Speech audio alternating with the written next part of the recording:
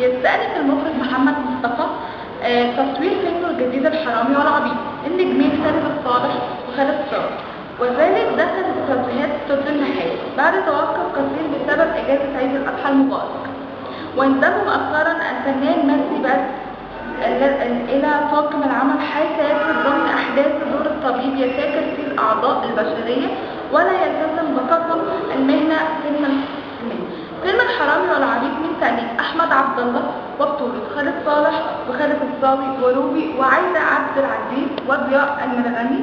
من إنتاج أحمد صبحي وإخراج محمد مصطفى.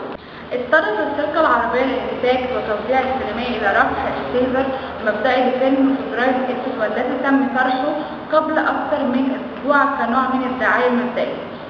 للفيلم، بسبب غضب سليمان عيد من تجاهله التام من هذا التيزر، على الرغم من الدور المحوري الذي يؤديه في هذا الفيلم، فيلم فبراير الأسود،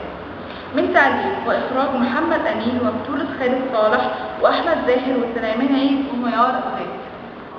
يدخل الفنان كريم عبد العزيز تصوير فيلمه الجديد نازل المحطة اللي جاية بعد تصوير فيلمه الجديد الفيل الأزرق المأخوذ عن رواية بذات الاسم للكاتب أحمد مراد. تعاقد الفنان عادل إمام على مسلسل جديد يخوض به سباق الدراما رمضان 2013 مع المنتج تامر مرسي وشركة سينارشي، ويتقدم فريق العمل المسلسل على قصته وأسماء المرشحين لبطولته، مع جهود احتمال شركة عدد من أبطال المسلسل شركة ناجي عطا. في المسلسل الجديد بسؤاله عن فكرة المسلسل، اكتفى الفنان عادل إمام بجملة قصيرة من مصر اليوم